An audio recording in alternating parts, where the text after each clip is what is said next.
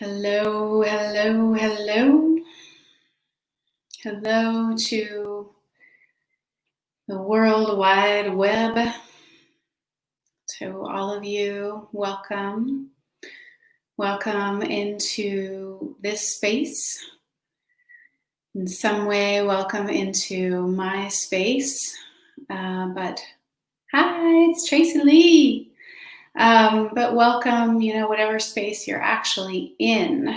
Welcome into the wider space that we are in right now. Today is Tuesday, June 9th. It's about 1:35 p.m. where I am on the west coast of Northern California. But whether you are in my time zone or somewhere completely different, I say welcome, welcome, welcome. And this was definitely, it's something I've actually talked about a lot over the years, but it usually comes up like in the midst of teaching or in response to a really specific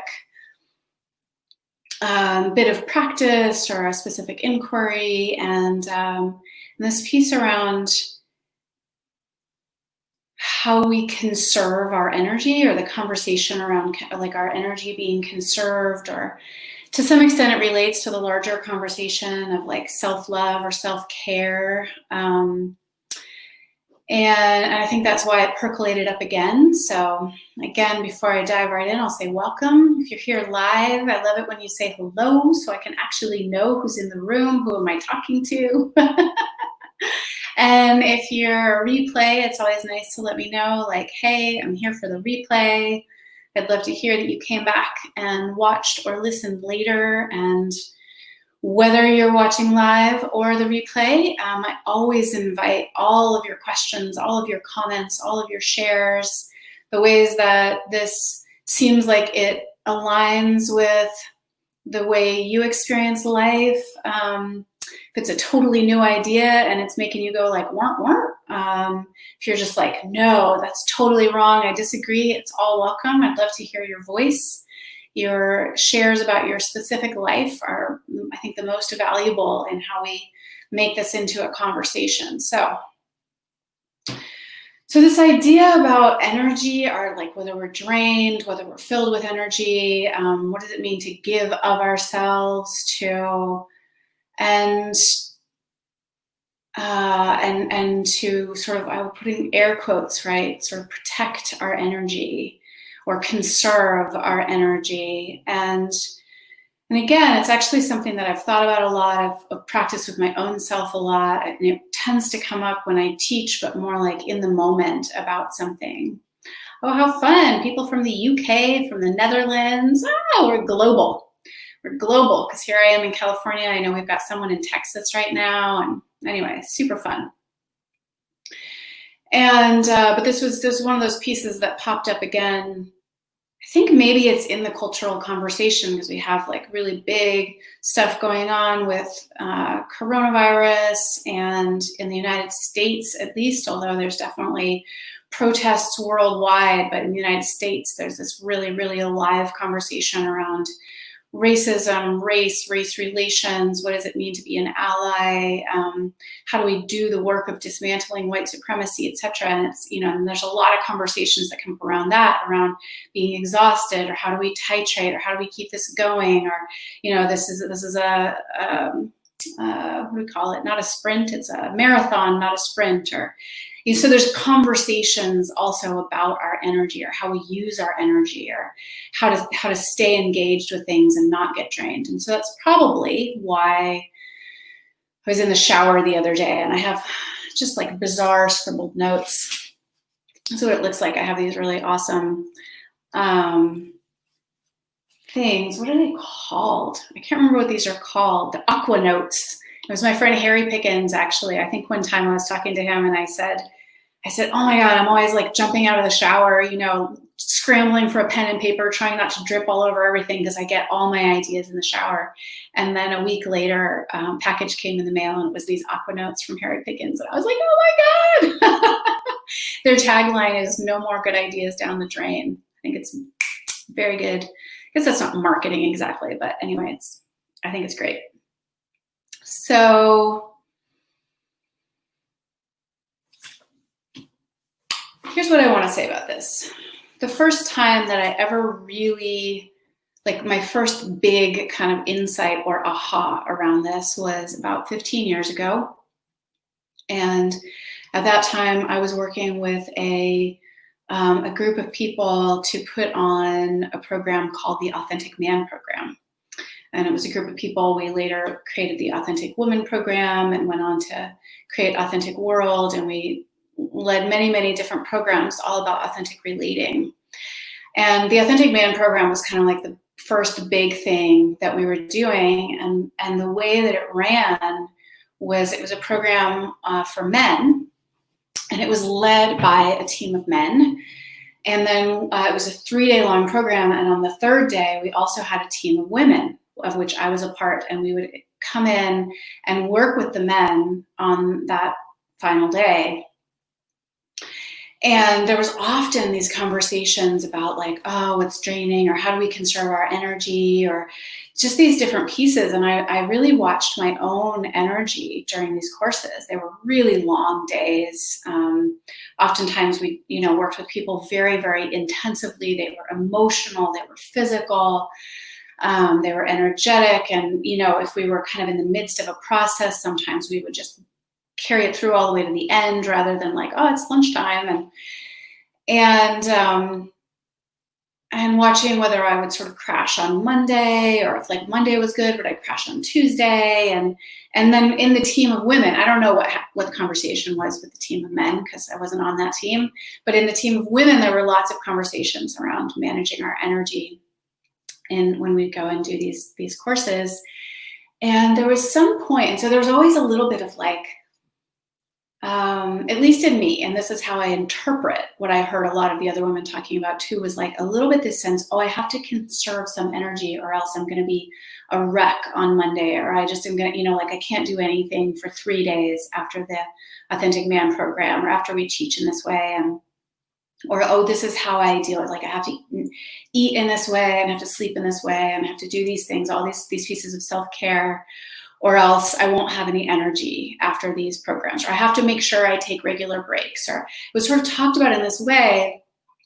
And I don't remember exactly how it came to me, but I realized that, at least for myself personally, I was kind of relating like I had to hold a little bit back. Like if I just went full bore, it's a funny expression for exactly what I'm talking about. I was going to say balls to the wall for a woman in the Authentic Man Program. That then I would have no energy, right?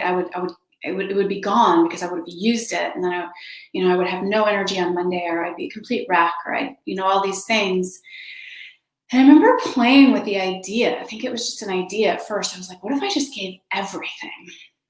And what I started to learn about myself, and again, I don't want to necessarily say this is true for every person, but I have found that there is some consistency as I work with lots and lots of people, men and women of lots and lots of different types all over the world, is that there's something about when we just give it all, that actually it's like we're a circuit. And again, some of you may experience this slightly differently, but if we're like holding part of it, like, oh, but I got to keep this energy or this electricity over here, it just doesn't allow the circuit to keep flowing. And so ultimately we actually block ourselves from like the energy. I mean, in my experience, that's just all around all the time, like all around all the time. I mean, I think it's a scientific thing, right? Even the idea that energy is neither created nor destroyed. Like I can't possibly give my energy away. I can't be absent of energy. Like it's never created or destroyed. It just moves. And so the more that I'm willing to actually move all of my energy and just give it all, the more I'll keep being filled up with energy as well. And again, this is not to say that at like a physical level, at like just a tiredness level, even emotional level in certain ways, that when I teach or different things about this, that I don't have experiences like, oh, it's important to get really good rest, or I do need to feed myself well, or, sometimes it can be good to create a day that allows for some rest or things after really intense teaching or really intense process. But, that was about 15 years ago. And I just started, and I'll give a little nuance to this in a little bit, but it was something that it was like, I just started to go in. It was just like, I didn't try to be the one who was like, oh, I need a break. Like, I'll sit this exercise out because I just need to conserve my energy. Like, I was just in all the time, all day, every exercise, all the time. And I found that I actually didn't need the same kind of recovery that I had needed when I was like trying to protect my energy. And that really surprised me. It really surprised me. And since then, I've gone on to teach a lot, sometimes in teams, sometimes teach with one other person, sometimes hold weekend-long programs all on my own. Some of them are more, have more space and are more restful. And then some of them, I taught with another teacher, John Wineland. We would teach somewhere between 3 and 5 times a year. We would teach 4-day intensives. We would start with our team at like 9 in the morning, and we would go until after 10 at night. And we did not stop. I didn't stop for like 4 or 5 days, in this way, and working in this way. As I started to learn how to work in this way of, if I'm not trying to conserve my energy, if my energy actually isn't being tied up in my attempt to conserve it, A, I just have more energy, and B, it's constantly being replenished. But it requires, so one of the things that this actually requires is, it's what I like to think of as giving my all. And so there's a couple of nuances to this. One is the distinction, I would say, between giving my all and giving it all. Like, do I need to say everything, do everything, show up, be everything for everyone all the time? Or like give everything I've got in the moment? And then what I find is everything is like available again, immediately, if I'm willing to really give it all. And then the other nuance to it is that I find that actually where people get drained when they say like, oh, I'm just a giver, I've been giving too much and now I'm drained and I need to like take it back to myself, is that often what they're giving of is their not self. And that's kind of I'm not even sure the best words to work with this with, but it's like a warrant. Like often what we're giving is something that's not really ours to give. It's not our true offering in that moment. And I don't even mean this as a teacher. I just mean, like in relationships, sometimes why do we get drained with our partner, our lover? Like, are we kind of showing up as like a little bit not self? Are we giving them something we think they want, but it's not really, like, it's not our true offering? And I don't mean this to be confused with like, I never do anything I don't want to do because that's inauthentic. Like only, and I have to say everything that comes to my mind because that's authentically giving it all. But yeah, I love John Morgan just said giving is draining, because there's another piece about this. But giving of like what's true, although I don't know that I have another word for giving, but to, I guess, offer, there's just an offer, like what comes through, what's true, rather than what's actually not there to be offered, to be given, to be shared, to be expressed, to be the energy that is moved. But the piece I wrote that kind of relates to what John Morgan said about giving is draining is like, there's also this part that for me, so maybe, I don't know if you're still here, Johnny, you have a better word for giving. Like what works for me is when I think of just giving, rather than it's not for myself or for the other. Like I just give. I just offer. Like I just, be isn't quite the right word. It's like a little more passive. There actually is something active in that for me. But when it is simply a giving and an offering and an expression and what is there to be offered or to be given, again, whether it's in a teaching space, a coaching space, or it's in just a relational space. And again, the other thing is, I think this is also true just with the world. If I'm moving through the world, like my energy is a limited resource and I've got to protect it, then it becomes a limited resource that I have to protect. And when I move through the world, like it just is moving, what is there to be moved, what is there to be given, what is there to be offered, with the world in itself, my experience is that it's endless what is there to be given, what is there to be received, what is like where that flow, where it comes from, where it goes to, that it's not about giving to another person. Because again, that's like this narrow channel, or am I giving to myself, or am I receiving, or like, it's like this directional piece, like, is it just to me, or is it just to you, or is it this, rather than it's just like, my son used to call fountains fountoons. And so I always say that, I was about to say, it's like a fountain, like it's just like a fountain of energy. All right, I'm going to pause there for a minute. Oh, I love what you said there. Giving, John Morgan said, giving gives me energy, giving in drains my energy. So I get that, like giving in to anything, right? Whether it seems like it's another person, whether it seems like it's to ourselves, whether it seems like it's to external circumstances, like, right, it's a collapse, which is this other thing that we used to teach a lot, was like posturing, right? If I don't have just my strong spine, like my me, my dignity, my both my humility and my dignity, my, basically that part. And then there can be like a posturing, like, no, I'm enough, and I'm da-da-da-da-da. But that's like a leaning in and a kind of pushing for it. And then there's collapsing, which is the like falling back. That's the giving in. That's, right, the not surrender, but the succumbing to, or the giving up. And then there's this other place that's just equal standing, left foot, right foot, right? Equal standing, front foot, back foot, long spine, strong spine, like the exact, there's a lot of talk these days about, right, like being small, or making myself small, or what is it to be big, or these things that I just always want to say, like, be the right sized you. Like there is a Kendra sized space in the universe, if you will, and like be right sized for who you are. Don't try to be bigger than you are, but don't try to be smaller than you are. And neither one, like just actually be the right sized you, and know that that size actually, it changes, right? Like the Kendra sized spot in the universe it's not like a size, like it's like a 7x7 rectangle, it is me moving through the world. And in being that, in giving that, in offering that, in showing up as that, then there's limitless energy. There's no need to conserve. So I was going to pause. I was actually going to look at the comments, and then I got derailed there. So somebody said, not every connection works as an energetic circuit in my experience. Going all in might only work if the intent is clearly held as being beneficial for everyone.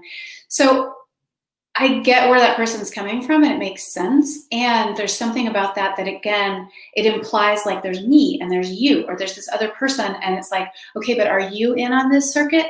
And when I talk about it being a circuit, I'm just talking about like life and the universe.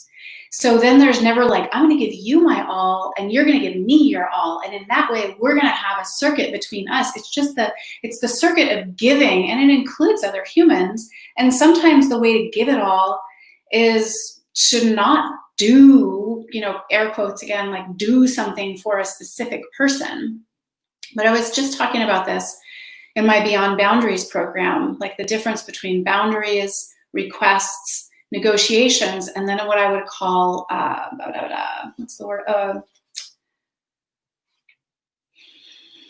see if I have my notes here. Sometimes I just lose my words. Compromise. Or another way of compromise would be tit for tat, right? I'll give you my all and then you give me your all, but it's a tit for tat. And yeah, sometimes we can agree on things like this. I can make a request, and you give me this and I'll give you this and like this.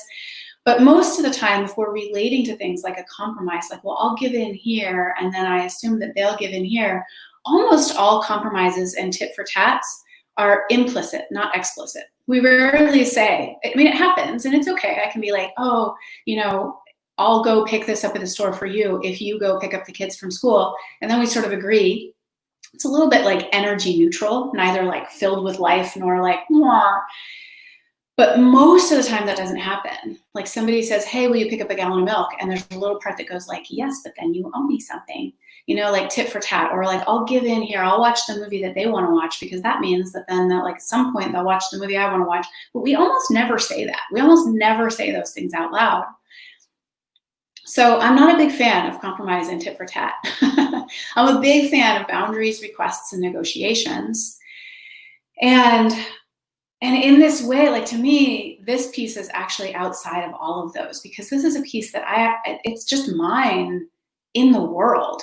I don't need to negotiate with someone about how we're going to exchange energy. I have unlimited energy. I mean, just from the earth herself, from the universe itself, like the life that is lifing in, to me also that includes everything. Like, it's not just what we consider life, but like that anything exists at all, like all the energy of the universe, like the fact that that's happening at all, it's like, how could I ever not be filled with energy, except when I forget and I go like, oh, I'm separate, oh, I'm disconnected, oh, I gave too much, oh, but really it's just forgetting that I'm actually connected to all that is arising and falling away and moving and shifting in every moment.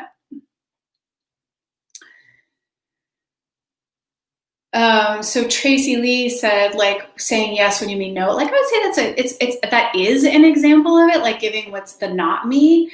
So this goes to this other piece, which is that I think when I wrote in the title of this, something about that it's actually withholding ourselves that is the biggest drain of energy, is that most of the time, well, I'll say there's sort of two pieces to this. One is that a lot of the time when we think we're giving to somebody, we're also withholding parts of ourselves. And many people a lot of the time are also walking around like withholding parts of themselves, like, this isn't appropriate here, I can't do this, they don't want this part of me.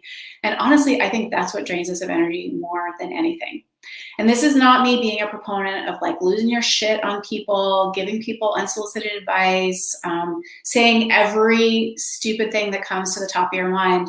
Like, that's just diarrhea of the energy and the mouth but there's also like, oh, that I can't do that. That's not welcome. They won't like this. This part of me is unacceptable. If I got rid of that, then I would be, like, that's just the withholding of all these parts of ourselves. And frankly, I think that's the biggest drain of energy for most people most of the time, is that there are so many parts of us that are just like I was saying, the fountain of us just moving through the world, like, and then it's like this, and then it's like this, and then we, and then we have this to offer, and then there's this, and then we're, I know that that's like a particular expression, but it could be a lot of stillness. It could be much more solid, but it's moment to moment, like everything that is coming through us.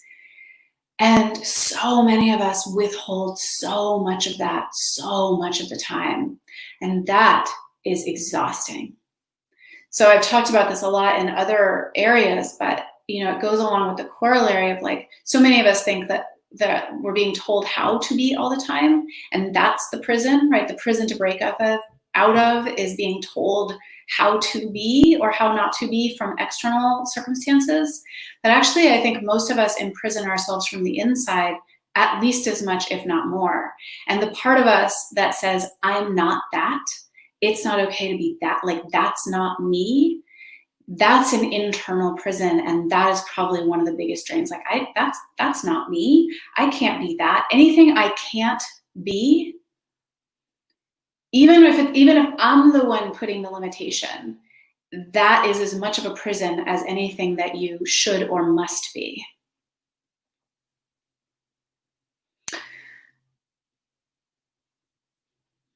Tracy Lee said, A Course in Miracles teaches that giving and receiving is the same. The seamlessness feels right, ease, effortless. It's when it's what is asked of me is not what is sacred to me, and also something sometimes needed or required. Yeah, I would just push back against that. Again, it's so interesting because I was just creating this like piece on the beyond boundaries, and one of the things that I'm in some way requiring that people do in this program is acknowledge the side of truth that says I am separate. I believe there's the side of truth that says there is no separation and we're all one, but I believe those are both two truths, and neither one is more true or more weighted than the other. And so I do often push for people to actually acknowledge the truth that, like, no, I am a separate being. And that's where boundaries exist. And even in having a boundary, that's the place where we connect. And there's something about that, what is asked of me, that sort of an underlying assumption that's baked into that is either it's a separate person that's asking something of me, and I have to like is it sacred to me? Is it me? Is it not me? Rather than like the effortless, again, even in the giving and receiving, it sort of assumes that there's this like self and other, and we're in some balanced dance about it, rather than it just all is. And even having a decision about what is sacred to me, what is not sacred to me. Are they asking something that is, or is life asking me something that's not sacred to me? But it's just like, what? So maybe a person is asking something of me. Maybe it seems like life is asking something, but it's more like our sort of egoic life, like, oh, I have to wash the dishes, or like, oh, I have to take the kids to school, rather than the life that moves through and that is connected to my deepest devotion. That's like, not always at the surface the thing I, like want to do most, but is like, it is connected to what I'm deeply devoted to. It is what actually moves life forward, or moves life at all. I don't know if forward is always the best piece of that. So there's something in that I want to push back against. And I think that there's a piece in what then John Morgan said that is related to that. Like, the word gives come from a word that essentially means to hold, and is used to represent both. Because I think sometimes when we hold them as separate and then we try to say they're the same, we collapse our ideas of them together, rather than that there is, it's not even like I give to you, or I receive from you, or you give to me, or there's like this directionality, and it's just that they are arising simultaneously. They don't exist without the other.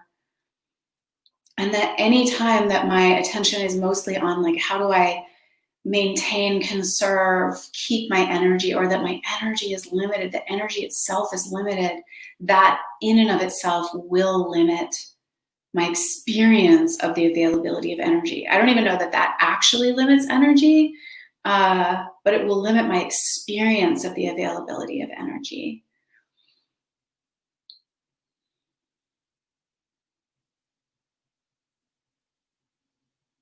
So I think I would close here with like pieces of inquiry, which are around,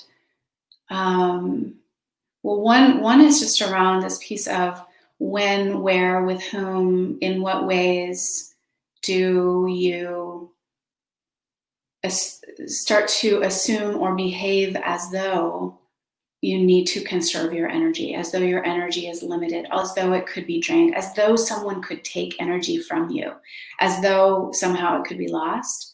And again, without even trying to change it, without it being any problem, but just getting honest. Like, this is what I say is always the foundation, is right with reality.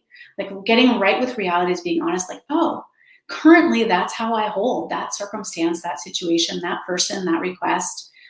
So if I didn't try to change it, if I didn't think it was wrong, if I didn't think it was right, but I was just honest about that, that's the way I hold it, that's the way I experience it, that's the way I'm relating to it. And then we're able to lay it all out, like, so honest about that.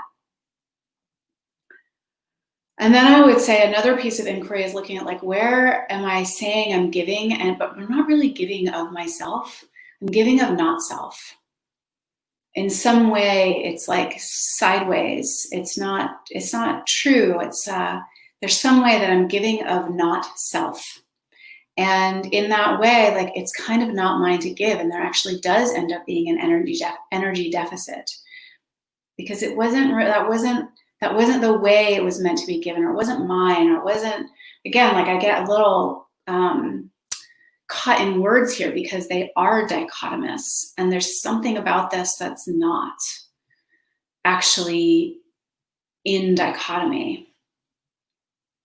But when am I calling it giving? And it's giving of what is not self. And related to that is, when do I call it giving, but actually it's tit for tat. I mean, I hesitate to use the word manipulation because people get so defensive around, if, like you say, they're manipulative, that they won't be able to look at it at all. But the willingness to look and go, oh, I did that because I was hoping that that would lead to that. But I didn't say it. I didn't even say it out loud. I wasn't even honest with myself about like, well, I'm going to give there because I hope that they'll give me this. Or if I do this, then I hope the world will show up for me in this way. But just starting, and again, really to get right with reality, just be honest about where am I doing tit for tat rather than giving with no strings attached, which doesn't mean that you're not allowed to not give or not, be in certain circumstances. Like if you can't give with no strings attached, then don't. Rather than try to do it and like keep getting caught in your own strings, just don't. That's what I say. Start there. But also there's this place of getting honest about like, where is it tit for tat? And I really do believe, I mean, then there's work to be done around that and choices to be made. But I really believe the very, very first thing is just getting honest about where is it kind of a compromise, or where am I giving up parts of myself because I think that'll get me something else, or where am I hoping someone else or some other part of life will do something for me if I ...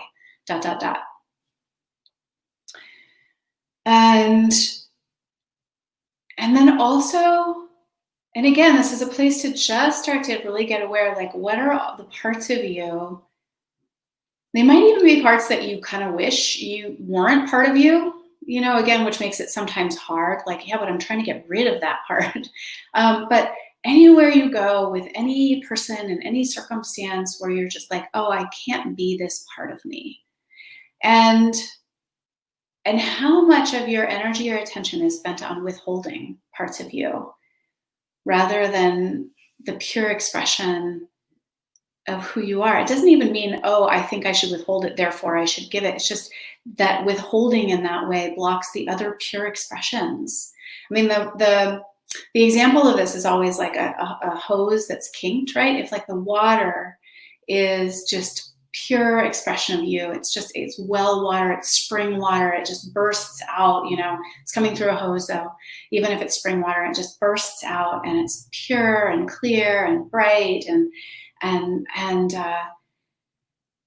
then there's like a part of your expression that's, let's just say anger, or let's say or devotion or neediness, or like there's just some part of expression or a certain kind of bold leadership. Like, who knows, right? There's just some part of your expression you're like, oh, like I think I shouldn't do that here. And so you kink the hose. You're like, oh, but I'll just block that one expression, or just these three, right? You kink the hose, but it all stops flowing. Like that's not a capacity. You can't do that with a hose. You can't kink the hose and just like separate out threads of water. It kinks all our expression and it all gets withheld. And then we go like, why don't I have any energy?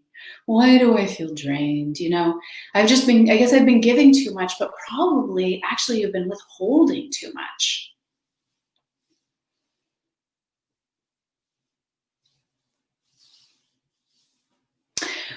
Yeah, I would say, Tracy Lee, like if you had a mentor who said you can't, unless you can't do it for fun and for free, then don't do it. Or be really honest about what is the exchange, right?